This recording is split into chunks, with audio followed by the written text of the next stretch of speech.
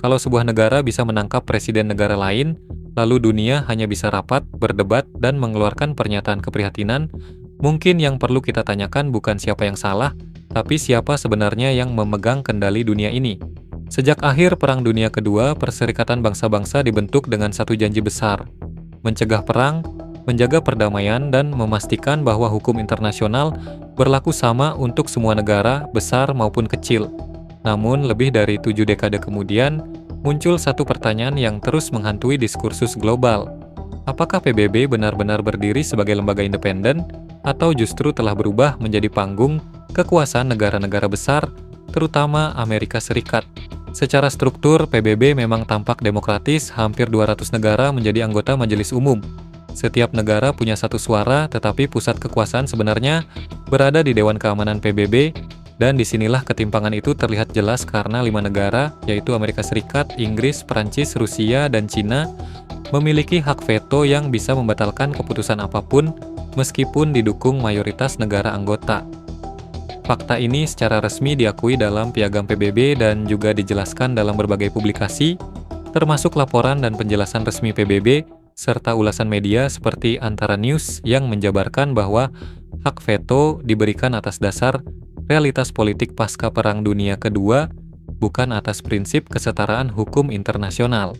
Masalahnya, hak veto ini dalam praktik modern lebih sering digunakan bukan untuk menjaga perdamaian dunia, tetapi untuk melindungi kepentingan nasional negara pemilik hak veto, dan Amerika Serikat tercatat sebagai salah satu pengguna hak veto paling aktif dalam sejarah Dewan Keamanan, khususnya dalam isu-isu yang menyentuh kepentingan strategisnya atau sekutunya.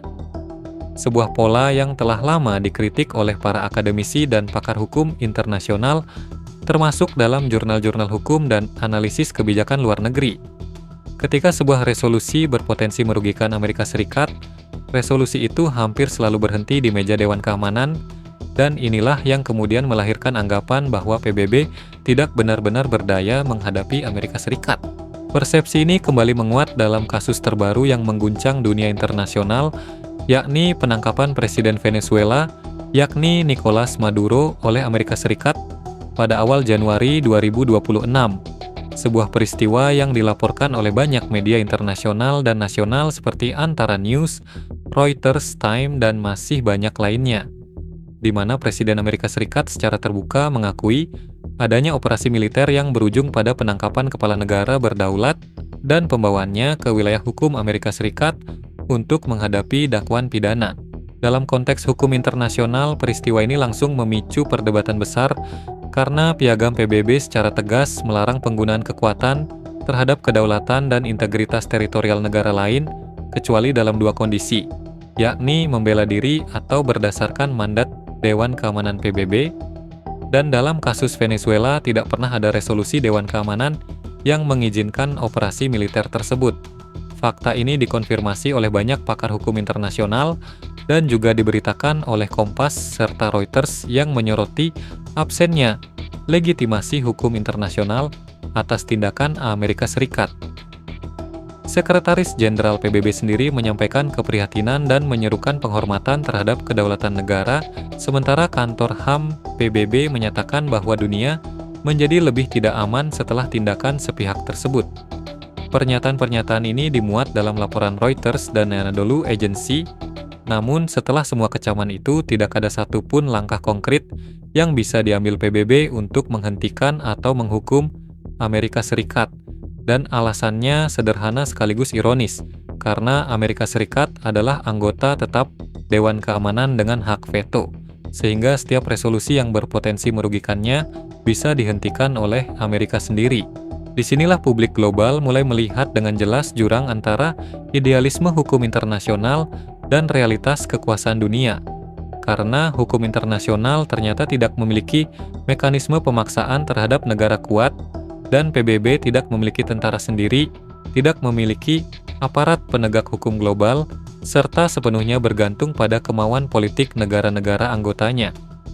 Kasus Venezuela juga memperlihatkan pola lama yang berulang, di mana PBB mampu mengeluarkan pernyataan, mengadakan sidang darurat, dan memfasilitasi debat, tetapi gagal memberikan konsekuensi nyata ketika pelanggaran dilakukan oleh negara adidaya. Pola yang sebelumnya juga terlihat dalam invasi Irak tahun 2003 dan intervensi NATO di Libya tahun 2011. Dua peristiwa yang hingga hari ini masih menjadi contoh klasik bagaimana mandat PBB diabaikan atau dilampaui ketika kepentingan geopolitik negara besar bermain. Para pakar, termasuk Guru Besar Hukum Internasional Universitas Indonesia, Hikmahanto Juwana, yang dikutip oleh Antara News, menegaskan bahwa penangkapan kepala negara asing tanpa mandat internasional merupakan pelanggaran serius terhadap hukum internasional. Tetapi penegasan hukum tersebut tidak otomatis diikuti dengan penegakan hukum yang efektif. Dari sinilah muncul narasi bahwa PBB bukan sekadar lemah, melainkan telah menjadi lembaga yang secara struktural memungkinkan dominasi negara kuat. Bukan karena semua pejabat PBB dikendalikan, tetapi karena sistemnya sendiri memberikan kekuasaan luar biasa kepada segelintir negara, terutama Amerika Serikat, untuk mengatur apa yang boleh dan tidak boleh terjadi di panggung global. Ini bukan teori konspirasi semata, melainkan kesimpulan yang lahir dari pola berulang data penggunaan hak veto dan kegagalan PBB dalam menindak pelanggaran yang dilakukan oleh negara pemilik hak veto. Sesuatu yang juga diakui secara terbuka dalam banyak kajian akademik dan laporan kebijakan internasional. Pada akhirnya, kasus Venezuela bukan hanya tentang satu presiden atau satu negara, tetapi tentang masa depan tatanan dunia berbasis aturan. Karena jika hukum internasional hanya berlaku bagi negara lemah dan tidak menyentuh negara kuat, maka kepercayaan terhadap sistem global akan terus runtuh, dan Perserikatan Bangsa-Bangsa akan semakin dipandang bukan sebagai penjaga perdamaian dunia, melainkan sebagai saksi bisu dari ketimpangan kekuasaan internasional, sebuah kenyataan pahit yang kini semakin sulit disangkal.